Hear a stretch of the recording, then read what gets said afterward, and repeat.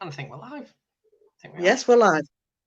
So, just want to introduce you to Lynn, who you can see in the corner, or to my right, left, whichever way you're looking at it.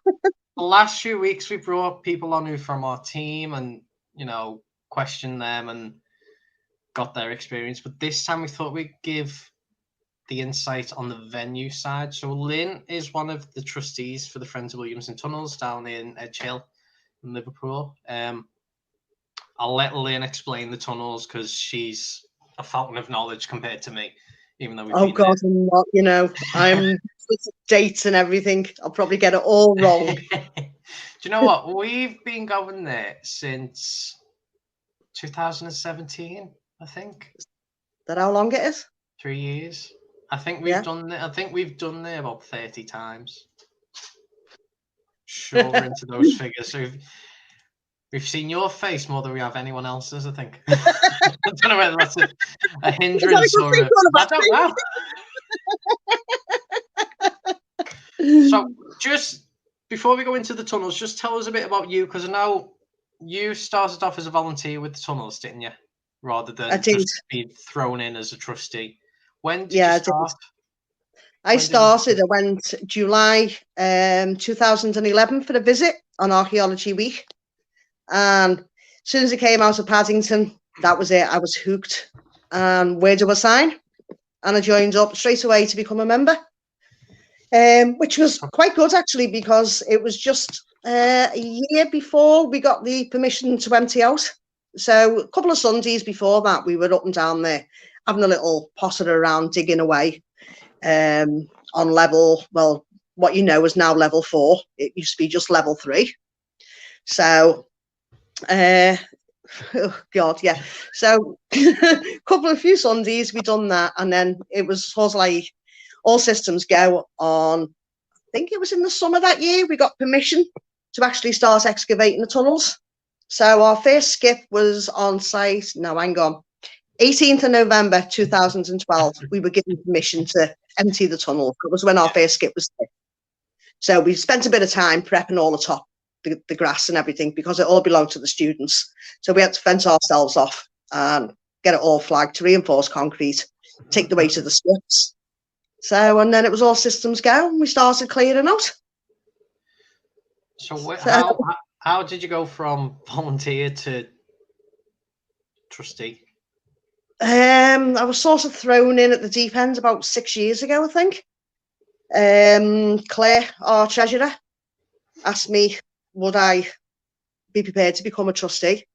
And I said, okay, yeah, I'll give it a go. Hard work, because you're working with, I'm the only female on the male board. So it's sort of stamp your feet and shout loud to be heard. Which is no problem for you, usually. No problem for me. Many times I said, right, that's it, I'm walking away, I can't do this anymore. And then 2 weeks later, we get a phone call saying, no, I'm back, I'm all right, we're all right now. It does get frustrating, but I mean, we're a good team, and that's what it's all about, teamwork. So what drew you to the tunnels then? Because I know when me and Ian went through it was just a free day out. I mean once you got in there, though, what was the draw? I don't know. I mean, I think once we actually started excavating, it was sort of like the more you add a dig in, the more you uncover the finds, the more you want to do it, and it's addictive. It really, really is addictive. Because is that the first time you've done things like that, or have you done it in the past, like history? No. All new ball game. I had no idea what was let myself in for. And 10 years later, God help you. I've come up to 9 years, I think it is now. 9 years in July. God, and you've not aged a bit. Sweet talker.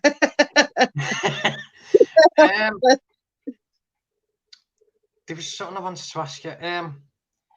Fire away. It's completely gone. It is completely gone. Just give us a brief history of the tunnels, because I know when we've talked on these videos, me, Ian, and Maz, and everyone like that, we've talked about the history of it, like what we've got as history, what we've found out through doing the paranormals and stuff. Just can you give us a brief history of who the tunnels were owned by, what the purpose were, who built them, blah blah blah? I can give it a go, but what you've got to remember is there's nothing actually documented about it. Williamson was very, very secret. So all I can say is he married Elizabeth Tate in 1802, went up to Edgehill in about 1806, took on a plot of land which he leased at the time from the West Derby Wastelands Commission, and they're still knocking about actually today. So he took on this, and my intake is he's took on a sandstone quarry, he's made use of a hole in the ground, he's vaulted it over to claim the land back above. He was interested in building properties. He had all the houses on Mason Street. We know he had 3 commercial buildings on Paddington. Yeah. Like house type building. Well, where you sort of like, you invest now. That was just part of a cellar system. But level 3 and 4 was, to me, the vaulting process. That's why the ceilings are so high. Yeah. So, but as I say, there's nothing documented. So we don't know for sure exactly what it was all about. Everyone has their own theories. I mean, we've got give us some theories. Come on, spill. Well, there's one which I find sort of like ridiculous. His wife was supposed to be a religious nut. Yeah. And he was going to be in Armageddon. So he's built this underground city so he can find somewhere to hide and then come back when it's all over and say, yeah, I'm still here. So there's that one. I think that's the most common one. I know what words you're going to use. Totally pathetic. No, he's just made use of a hole in the ground. I mean, if you look at the other quarries that are around, look at St. James's. Yeah. Back to the cathedral. That is a graveyard. The quarry in Walton is there's houses in there. So he's actually never actually been down that quarry in Walton. You haven't? Near it? Never been near it. No. There's houses in there. Ooh. New build. I'll have an explore. Not old. But that's where the sandstone came from for the cathedral. Ah, okay. So, but I mean, but Williamson's been very, very clever in what he's done by vaulting this quarry over. Yeah. He's built his nice little road up on Mason Street, vetted all the residents that moved in there. So you have to be somebody, I think, to get in there. And then they let you use it. God help you. He's a very, very crazy man, but very, very clever. Because the only part of the house site that's left up on top is just the front of the house, isn't it? It is, because in the 70s, I think it became a garage. And PM Willie's, no, I think it was earlier than that, actually. I'm totally useless with dates. But anyway, PM Willie's took over the site. And I think they've sort of like knocked most of the house down to build their own garage. Yeah. So luckily enough, they've left the front. Which for you is it's the only surviving part of the house. Well, we don't know how long now it's going to survive for. That's the sad part. How long do you expect? I don't know. I mean, now with all this COVID-19, it's slowed everything down. I think it all should have been sorted by June, but obviously it's been put back. So they don't know whether the top's going to come off and we'll be left with the bottom half, or somebody can come up with an idea that will save the lot. The problem is there's no foundations. Yeah. And for the builders now to sort of like correct it, you've got to drill through down into the wine bins, the banqueting hall. Yeah. So me, it's either a toss up, do we lose the tunnels below or do we lose the top of the house? I don't want to lose any. But if I think the top will have to go. Which is a shame. It is. It's unstable, though. I mean, if you look at it, it really is unstable. Would you use any of the bricks and stuff? Would you try and conserve them for use as a Yeah. I mean, if it does go ahead and come down, we want to save everything that comes off there, with the view to maybe incorporate it into something else, like an information centre. that we're looking to build in the future. We'd like to incorporate some of that brickwork into it. Because down in the tunnels, you've got a lot of display work from finds that you've had down there, where you've used like the spoil and the bricks that you've found down there to make the displays, and so you're quite recyclable. No, I mean, it saves on skips. I mean, we're paying £180 a skip. And how are you getting the money for them? Because obviously you're a charity. So what's the main income for them? Tours, memberships, donations, paranormals, raffles. I mean, it's only we get the odd grant here and there. Yeah. Like from Britain, West Derby Wastelands Commission. But I mean, that helps us with a lot of things. But say it's mainly donations and memberships that we run on. Because none of yous that work there are paid, are yous? It's all a group of volunteers. Every one of us, even down to our chairman, Gordon Hunter, we are all volunteers. So, give us a little shout out to some of your team. Then, who have you got? Because I know you've got your team who dig, and your team who come with us. Well, let me give a shout out to the Paranormals. Let me give a shout out. We've got my worst off. Without him, there's no way I get to the tunnels. Yeah. Then we've got Mandy, who's been with us from day one on the Paranormals, and then we've got David Buzz. Right, so that's my paranormal team. We've had others helping out. Unfortunately we lost Caitlin. She had to go back to America. Yeah. But they've been with us right the way through. David come on board, which was a godsend. I say we've had others, but they've sort of like trailed off. So us four are the paranormal team. Yeah. And then actually the diggers, oh God, how many? Eric, Mandy, Chris Isles, Tom Stapleton, who else? Graham O'Connell, Graham Yates, Andy Crane. God, there's a few. You're going to get slated for forgetting people, aren't you? Oh, I am, all right. I'm trying to think. Mike Timmis, Jim Moran. Who else is on the surface? Was Caitlin? She's gone. Down below, it's Andy, Tom, Steve Holden, Pete Jones when he's with us, Gavin, who's just sort of like left us. God, there's been a few. Chris, I've mentioned Chris Isles, haven't I? Can't forget Chris. Chris does a lot of your, if I'm right, your photography and. Oh yeah, these are. Kyle May as well. Can't forget the Ginger Whinger. He'll kill me for saying that. Yeah, Chris does all our photography work. He's sort of like the main man, and then if he can't do it, then Kyle will step in if he's able to. Yeah.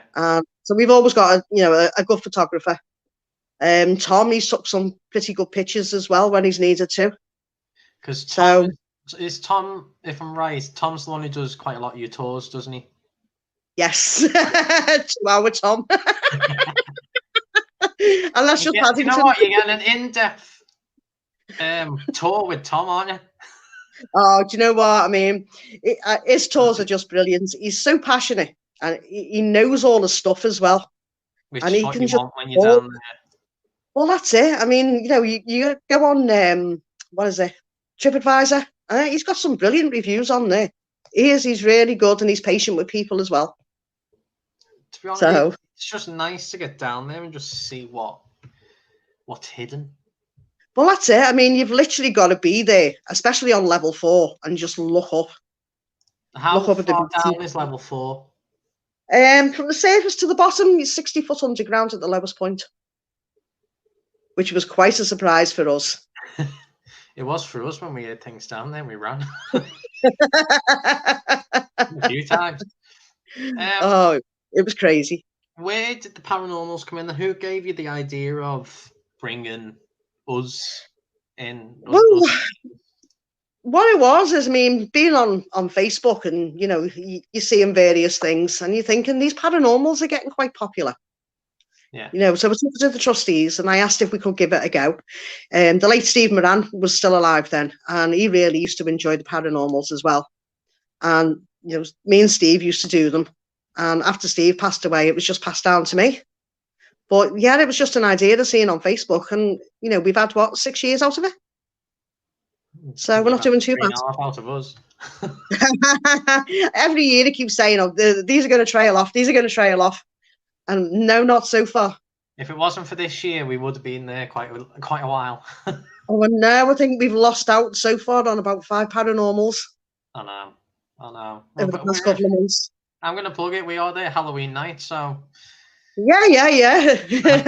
I'm betting you down in those tunnels. We're making sure. No chance. No chance. After what I seen down there, no. You might as well tell us now then. Go on.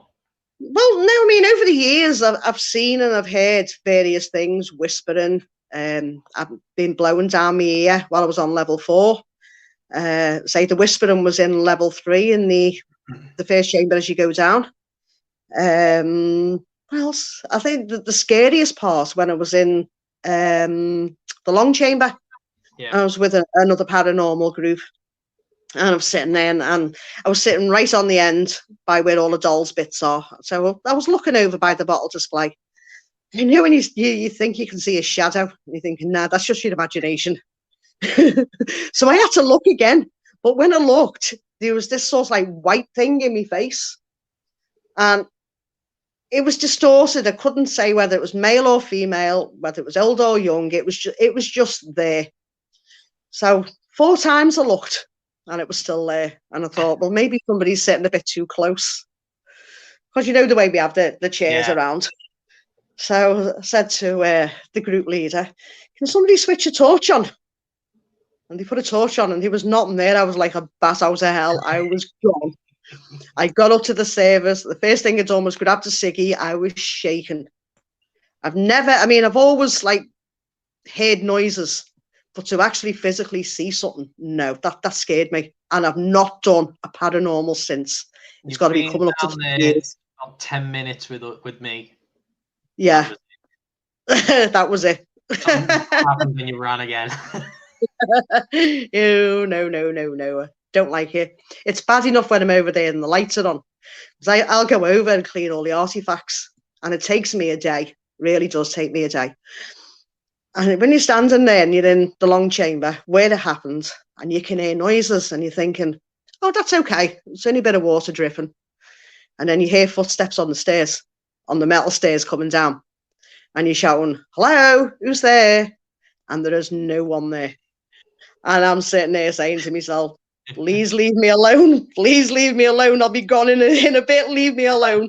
No, it is. It's scary. It really is. There's definitely something. I know when we've been down there, the first time we went there as our group, Mandy will back me up on this. She was telling us about some of the spirits they've had down there. I'm not going to say because I want people to experience it if they come on it. But as she was going through the story, me, Maz, and I think it was one of our guests, Barbara, on that night, we just sat. Do you know where you've got in the chamber where you put the seats? The long chamber, yeah. Yeah, and you've got that hole at the end at the back. You can look down. Yeah. We were all sat around there looking in there, and the next minute we heard this. I remember that, and Mandy run out. All 4 of us. I never heard a growl so loud and clear. Up to that point, we ran. I'm not gonna. I hate that chamber. That's where I had my encounter, was that chamber. Definitely. And another group, we were sitting in there, and I was sitting in the hole in the wall.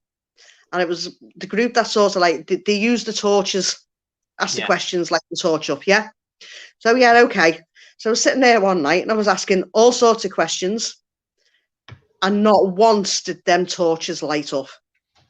And I thought, nah, this is a load of rubbish. And then I turned around and said, if you want me to leave this chamber, light the torch up. Well, that torch lit up and I was gone.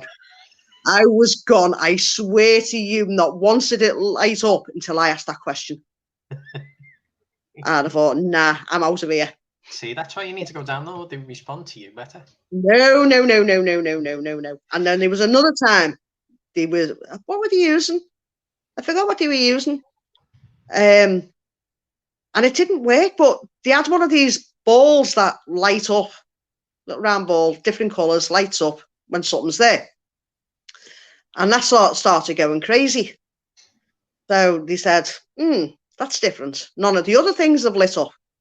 So I said, do me a favour and try checking the batteries. Oh, no, brand new batteries all in tonight. All them batteries were drained. Every one of them were drained in whatever equipment they were using. Do you know what? We've had that before. We've had that every time, apart from the last night we were with you in October, November.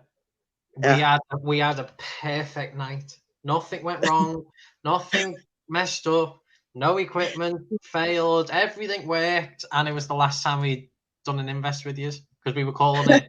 We were calling it a night for the year after that, and they gave us a perfect night to end on. But every time we've been down there, everything just drains. It's just like something saps up. It's weird. And then we had another group down there, and they were using the Connect, and they were on level 2, the little stick man, and they actually caught one of the stick men, and it was going up the back stairs on the gantry, the emergency exit. They were actually going up there, and it was like it was trying to get out. And then they caught it sitting down on a chair, and they even shone a torch at the chair, and it just stayed there. And I thought that was fascinating. Because we've had a few of them, because I know Ian likes to use the Connect down there because he can get quite a bit of stuff. Yeah.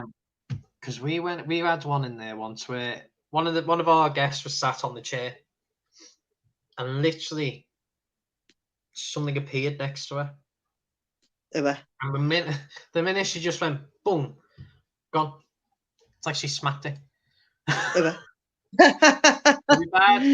We've had quite a lot down there because, like I was saying with you, because you're down there all the time, obviously they're going to get used to you and your energy and just being in the same area as you. Because I know when we've gone down there, the more we've spent time down there and in the house, the more we get from them. Because we've I find Paddington better than the house site, though. What do you reckon? I love the Paddington site. I like the house site, but Paddington's just always my one. There's just something about Paddington, and I'm always drawn to it. Always. I went down there the other day to do a security check, and it was just, I was home. I just love Paddington. I personally, I like Paddington more than the house. Yeah. But I know like Ian and Maz are the opposite. They love the house site compared to Paddington. I've only had one experience on the house site, and that was in the boiler room. I was brushing the floor, and I don't know what made me turn round, but I felt as though there was something behind me. And when I turned round, I seen a shadow go past the door. So I popped my head out to see who it was, and there was no one around. I was actually down there on my own. I think it must have been break time or lunchtime, something like that. Yeah. But there was no one else around. And it's only the boiler room that I used to feel uneasy in the banqueting hall. But when it was full, I used to feel as though all these little eyes were watching me, and I'd very rarely go down there. I don't feel like that now since it's been emptied out. But the boiler room, it does give me the shivers. So I think I've only been in there twice. Do you know what happened in there? And you'll have to ask Buzz this. We were doing a group just shouting out, literally all of us in a circle, and there was maybe 1 or 2 people behind us, and Buzz had gone to check because we saw a light above and we thought it was you or Eric. Just walking around the ground, so we thought we'll go and check, get him to check. And then the next minute, this was the last night we were with you as well, the next minute 2 or 3 people saw a shadow walking into the boiler room, right across past the circle and into the back.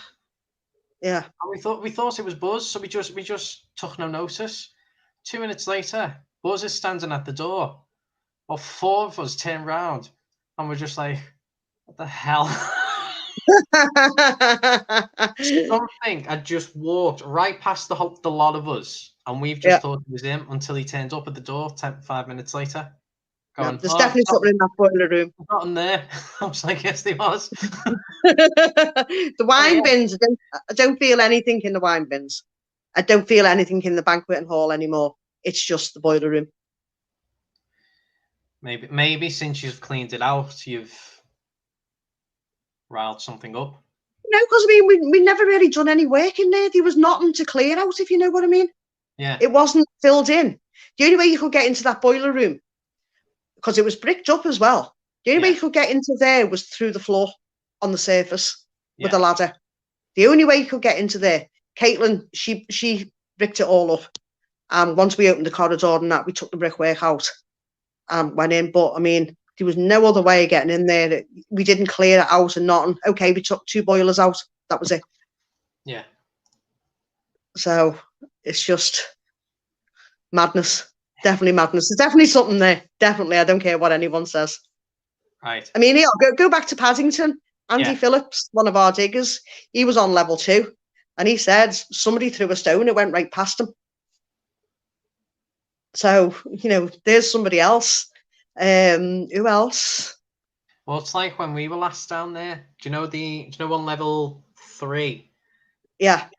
That first chamber. Yeah, below max. Yeah. You've got bricks stacked up against the wall by one of the displays where you sign in. Oh, on level 2. Yeah, sorry, level 2. Level 2, yeah. We were doing a group seance around there, just shouting out and everything. And I think it was Ian, asked for a bit of equipment that was stuck on the top of the bricks. Yeah.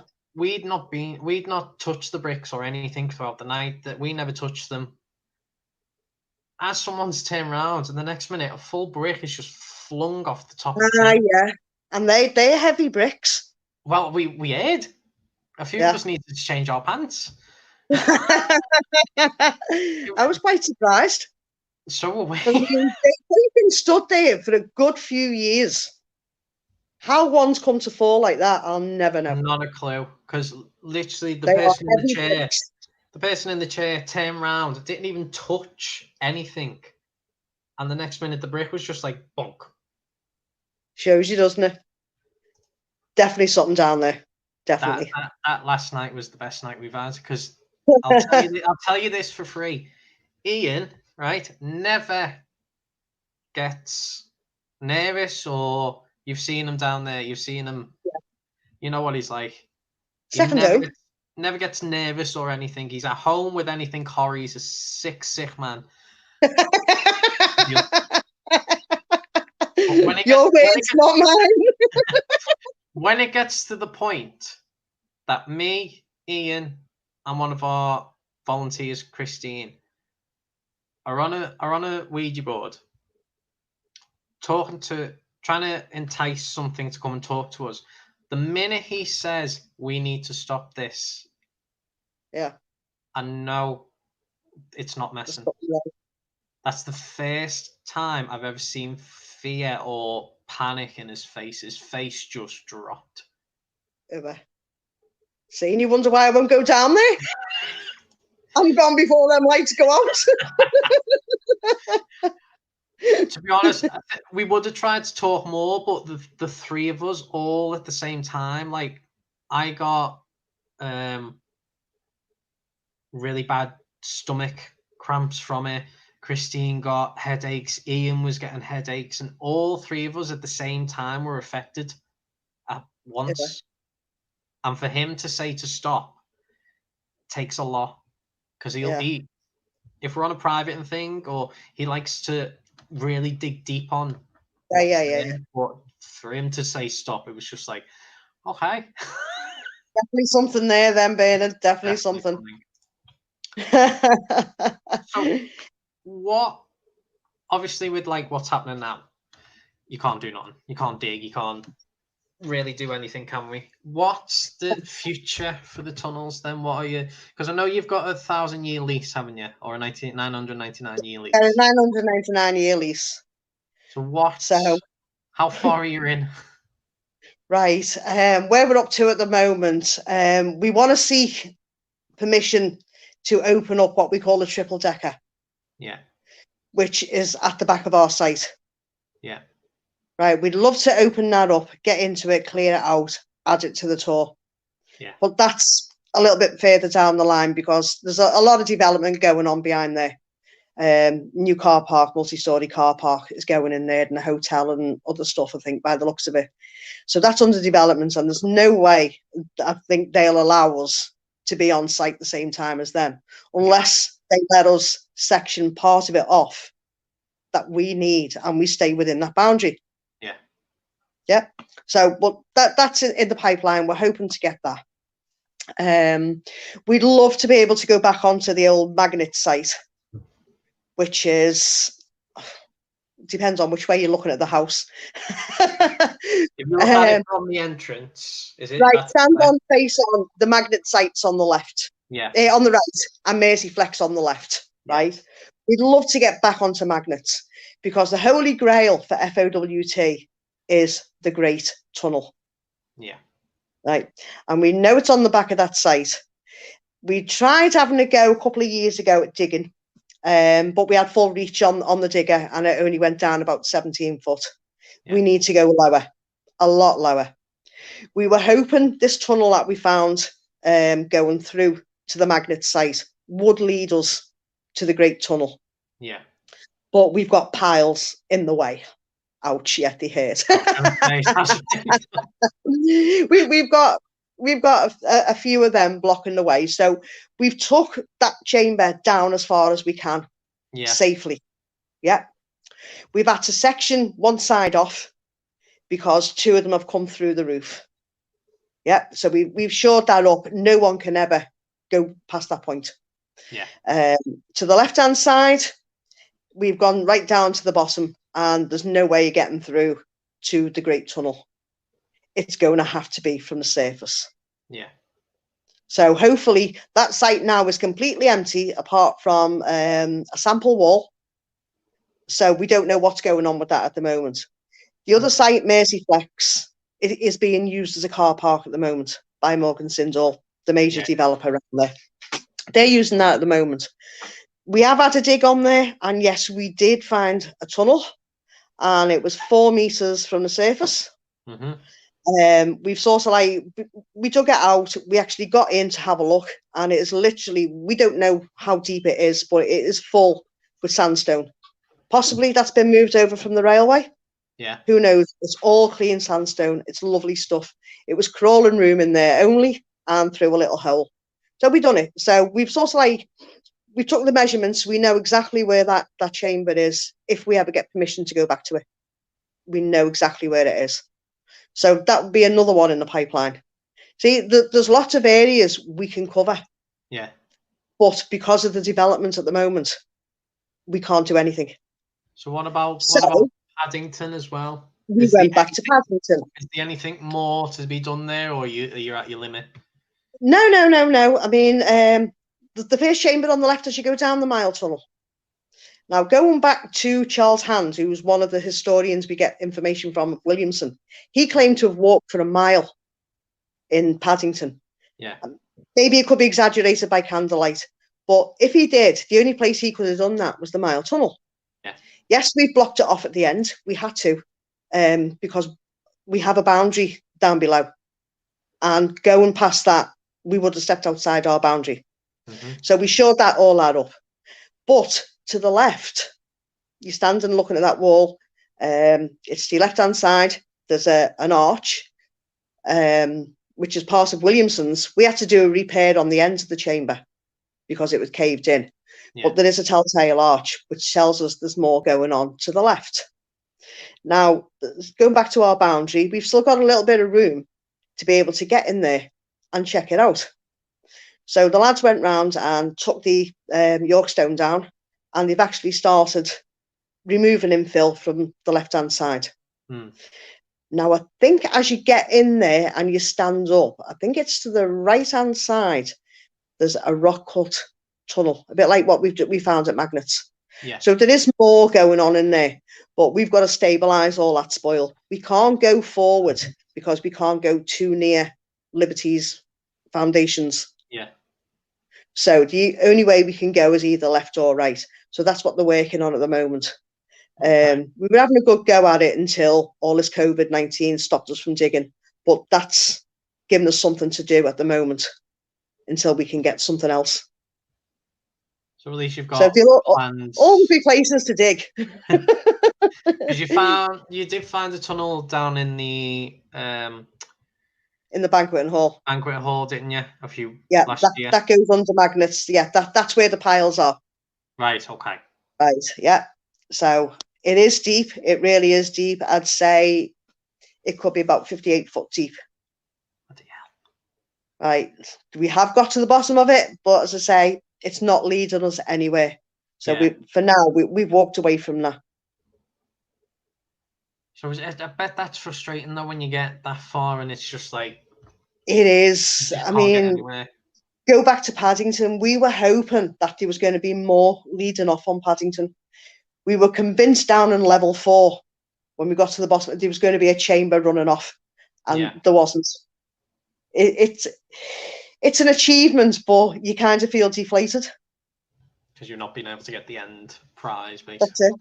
I mean, it took us just under 4 years and 159 skips to empty Paddington.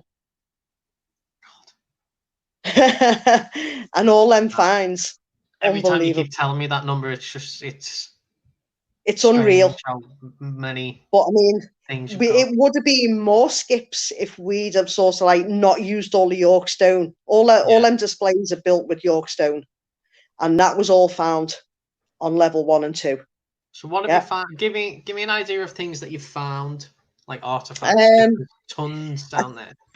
The most unusual find that we got down there, we found hundreds of coins, but the best one ever was an 1871 gold sovereign in quite good condition as well.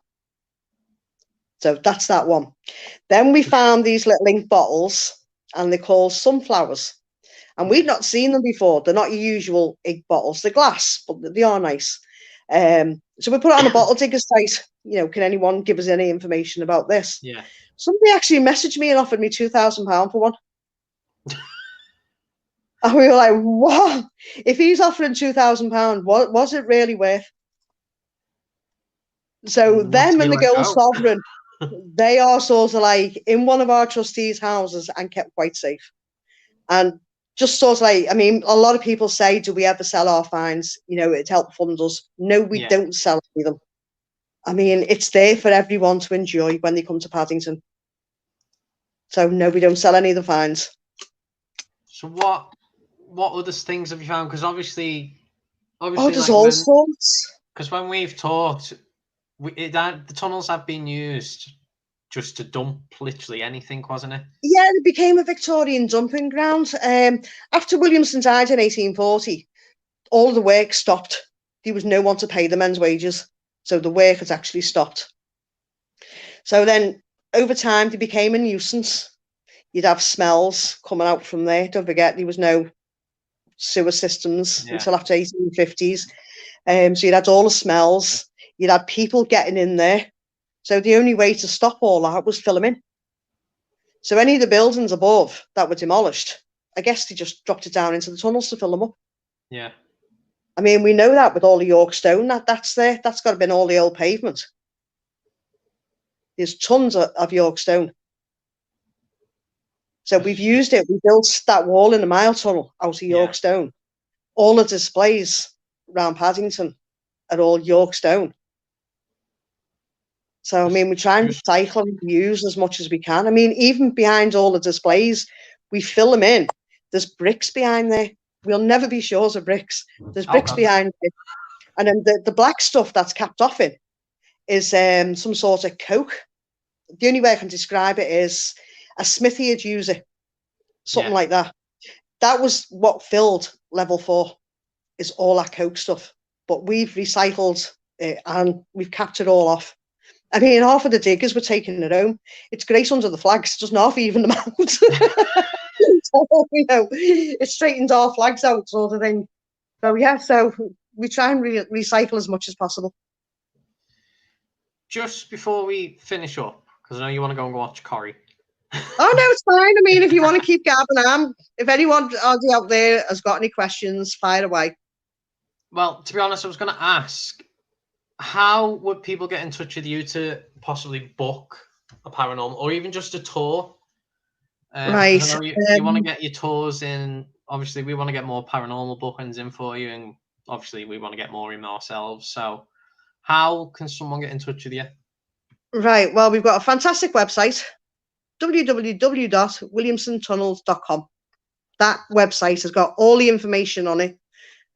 Or you can email me at visits@williamsonstunnels.com. All the information's on the website. We've got Facebook, great Facebook, updated every Sunday. Admin are brilliant on there. We're even on Twitter, FOWT, and Chris Isles, he mans Twitter. So there's always somebody. There's a mobile number, which I haven't got a clue what it is off the top of my head, but it's on the website. all the calls come through to me. Everything's on the website. Everything you need to know. I mean, the history, how to get involved, how to volunteer, everything is on that website. And Chris Isles does a fantastic job. Oh, and Bill Douglas as well, one of the other trustees. They do a fantastic job keeping that up to date. So all the information's there. Come along, either book a paranormal, book a tour, come down and volunteer. We're always looking for volunteers. Buzz tried it once. Stick to the paranormals, I think. Stick to the paranormals, Buzz. What would be, if someone was coming to the tunnels for the first time, what would you tell them before they went in? What would you tell them? What would you tell them to expect, or what? Paranormal wise? Both. So Both. even just coming to visit, what would you tell them before they went in? Don't lean on the walls. What about paranormal wise? Don't come in Sunday best. No, paranormal. You know what? I hate coming home from an invest at yours because we're just filthy and rotten and disgusting. Well, that's it, isn't it? I mean, down there, I mean, you've got water seeping in all over. I mean, look at level 4. When our pump broke, we ended up with 14 foot of water in there. And we had the paddle boats going across. It was great. But, that's why the ceilings are so high. We've got a natural seepage of water coming through the sandstone. So we always say to people, don't come in your Sunday best. Yeah. You can get wrapped up. Paddington's a bit warmer than the house site. But after a certain time, that temperature does drop in Paddington. I think it depends on this, because we've gone in there in the height of summer and it's been nice and chilled in there. We've gone in winter and it's been really warm. It's the only place that accommodates for us. But I think once it gets to about 11 o'clock, I think the temperature drops in there. You not noticed? To be honest, we're too busy trying to find people to come and talk to us. No, well, honestly, you watch the temperature change in there. Now, considering them, it's supposed to stay the same temperature all year round. But I find a sudden drop around about 11 o'clock at night in there when I used to go down on the paranormals. Never noticed. Do you know what? I'll have to know. I'll have to keep an eye out next time because I've never noticed it. No, I always find it cold. I mean, we were down there the other day. It was cool. But I mean, we expect that anyway with the warm weather. You can feel the temperature difference, but it's crazy. It stays the same temperature all year round. Cool in the summer, warm in the winter. House site is Baltic. Always get wrapped up. That's why we don't mind go down Paddington in the winter. Yeah, it's great. It's not so good for us on the surface because we're sitting there bloody dithering. Well, that's your own fault. You should come down with us. No. There's always got to be somebody on the surface, and Eric's usually top man, but I'm safer on the surface. No chance. Chicken. No, I mean, we've done paranormals there, and it's been like -2. I actually took a quilt with me that night, and that's what made me decide to stop doing them in the winter, because it was like the house site's great for us, but Yeah, not because you can for go in your little cabin. exactly and put the fire on. But use lot down below. I mean, we had a group down there, and half of their visitors left because it was so cold. Yeah. But I mean, the house site is freezing. Well, it's more open than anywhere else, isn't it? So. I mean, even down below, it is freezing in the banqueting hall. It is so cold, and you get that wind that blows right the way through. Yeah. It is really cold down there. Well, and that's why I tend to say to people, do Paddington in the winter. Yeah. Well, we always tell everyone to wrap up anyway, so. Well, that's it, isn't it? If they don't, but I mean, everyone goes down there. They get a health and safety briefing before they go down. They get told who the first aiders are, where the first aid point is, and stuff like that. So and then I always say to the groups, go in with an open mind. I'm not telling you what's going on down there. Come out and tell me. But the good thing is, a lot of these groups that have been down in Paddington all come up with the same names. Yeah. I mean, Mandy can tell you, more about that, but I know she won't go on camera. But Mandy's down there, and she says the stuff that people are coming out with, everyone's coming out with the same names. Yeah, because we were happy when, after our first visit, and we went back, and another group had gone in and got exactly the same responses as what we got. So it was nice, just even though you haven't got the history and the documentation, just to like clarify, you're not going mental just picking up these random people. Well, we try not to give people a history. I mean, it whether they actually cheat and look up the history before they go. Yeah. But Mandy, I know Mandy won't give anything away. Yeah. She won't say nothing. So it's down to the people. To you, dear. Pardon? Said it's been lovely talking to you. Aye, likewise.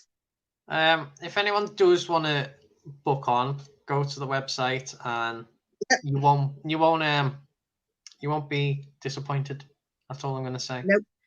That's it. Either book in for the tour or book in for paranormal. You're always welcome. Exactly. And if you do want to come with us on Halloween night, we're there. Yes. I think it's a Saturday this year, isn't it? I think so, something like that. So, well, it's either got to be a Friday or a Saturday. It'll be one of them. It's one of them. Because when you come with us, when you get your membership, you get £5 of that your insurance and your membership as well. So we get you a year in to go on a tour. A tour or come and volunteer. Everyone gets a membership. If you're that crazy to volunteer, I'm not. It's hard work, but it's fun. It really is. We've got a good team, and we do have a laugh. You do. I've been down there. I remember the day me and Ian went down for a recce. Going through the old way of going down the ladders. Was that with did you have the full arrest equipment? Did you have the harnesses on? No. Oh, we stopped using them by then. Just by then. I think we'd gone down the ladder. You've closed it off now, but yeah. You've gone far since then. Them harnesses were fun. I was gutted when they took that job away from me. I got to fiddle with all sorts and dance now included. I did it with the Duke of Westminster. On that note, I'm going to leave you. I'm going to let you go. Enjoy your night. Enjoy Corrie. And I will do. Hopefully we'll see you Halloween night. Hopefully, fingers crossed, all this poo is over. Stuff is over. Didn't want to swear on live. No, please don't. Let's get this COVID-19 out the way, and then let's get our paranormals back. Yeah, we're on withdrawal symptoms now. Tell you, look how I feel. Climbing the walls, washing dolls, and. Come on, how about your dolls, love? Oh, my creepy dolls. Mandy likes my creepy dolls. You know what? You'll have to bring some with you next time we do a paranormal. No, Mandy said she'll lock down there and turn the lights off if I bring a doll. She doesn't like my creepy dolls. Enjoy your night, and hopefully And we'll see you you soon. stay safe, everybody. Bye. Bye. Bye.